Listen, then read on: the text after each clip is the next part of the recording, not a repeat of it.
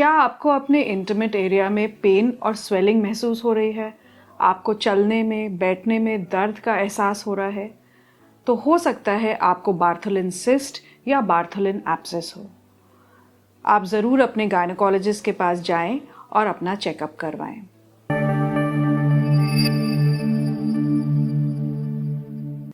I am Dr. Amita Shah and I am a senior consultant gynecologist from Gurugram. So अब बात करते हैं कि बार्थेलिन सिस्ट या बार्थेलिन एब्सेस होता क्या है।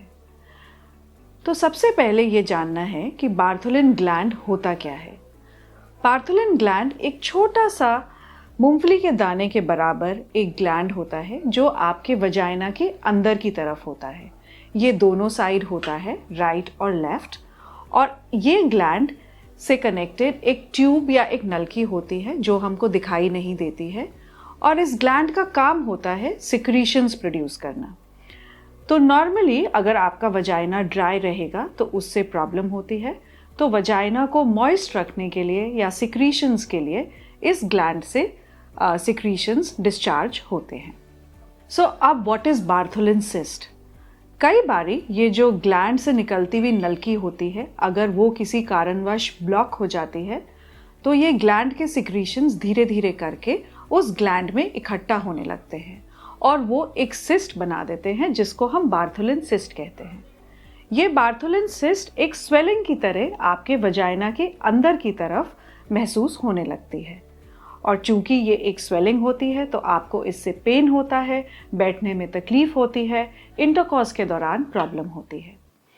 अब अगर यही सिस्ट के अंदर इन्फेक्शन हो जाता है तो इसको एक एब्सेस बोलते हैं, या फिर ये एक एब्सेस जिसको एक पस फिल्ड सिस्ट बोलते हैं में कन्वर्ट हो जाता है। तो बार्थेलिन एब्सेस एक बहुत ही पेनफुल कंडीशन होती है। इसके साथ साथ आपको फीवर आ सकता है, आपको वहाँ पे रेडनेस हो सकती है, या फिर आपको कंटिन्यूस वहाँ से थोड़ा थोड़ा पस का डिस्चार्ज भी हो सकता है। सो बार्थेलिन सिस्ट या बार्थेलिन एब्सेस की डायग्नोसिस कैसे बनेगी? सबसे पहले तो आपको सिम्टम महसूस देंगे।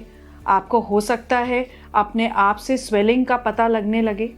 फिर जब आप डॉक्टर के पास जाएंगे तो डॉक्टर जब आपके वजाइना को एग्जामिन करेंगे तो उनको वजाइना के अंदर की तरफ एक स्वेलिंग दिखाई देगी, जो कि कई बारी इतनी बड़ी हो जाती है कि वो वजाइना के बाहर जो लेबिया होता है वहाँ पे भी दिखाई देने लगती है।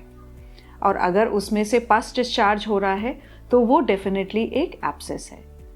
कुछ केसेस में हम एक अल्ट्रासाउंड या एक एमआरआई भी करा के इसकी डायग्नोसिस बना सकते हैं। अब बात करते हैं कि इसका ट्रीटमेंट क्या होता है। अगर ये बार्थेलिन सिस्ट है तो इसके लिए हमको सर्जरी करनी पड़ती है। अगर बार्थेलिन एब्सेस है तब भी सर्जरी की ज़रूरत होती है। एक सिंपल सर्जरी होती है जिसको हम इंसिजन एंड ड्रेनेज बोलते हैं।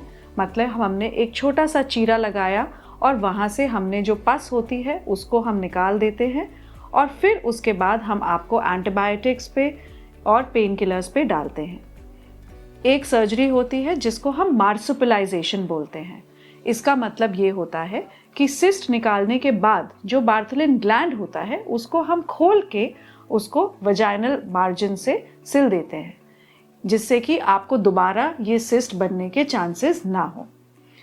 ये सर्जरी बहुत ही सिंपल सर्जरी होती है। इसके लिए आपको मुश्किल से 4 से 6 घंटे के लिए हॉस्पिटल में एडमिट होना पड़ता है। हम आपको लोकल एनेस्थीसिया देके या कई बारी शॉर्ट जनरल एनेस्थीसिया देके ये सर्जरी करते हैं। जो वहाँ पे स्टिचेस लगाते हैं वो सिर्फ 2 या 3 स्टिच लगाते हैं, जो कि डिसॉल्वेबल स्टिचेस होते हैं, और आप सर्जरी के तुरंत बाद अपने नॉर्मल काम पे जा सकते हैं। कोई बेड रेस्ट की आवश्यकता नहीं होती है। अब बात करते हैं कि हम बार्थेलिन सिस्ट या एब्सेस को कैसे प्रिवेंट कर सकते हैं।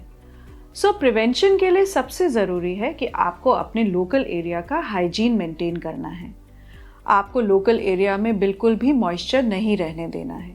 जितनी बारी भी आप वॉशरूम जाते हैं वॉश करें और टिश्यू से ड्राई ज़रूर करें।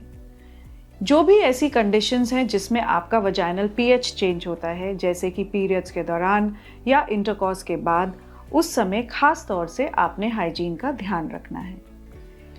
कोई भी सोप, बीटाडीन या सैवलॉन का इस्तेमाल ना करें, क्योंकि ये करने से आपका वजाइनल पीएच चेंज होता है।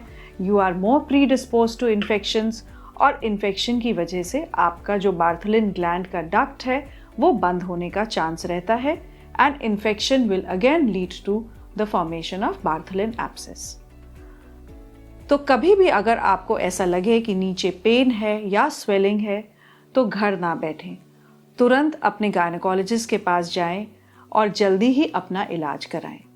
इसके बारे में अगर आपको कोई और इन्फॉर्मेशन चाहिए हो तो do subscribe to my channel and do put your questions in the comment box and I shall be happy to answer those questions. Thank you.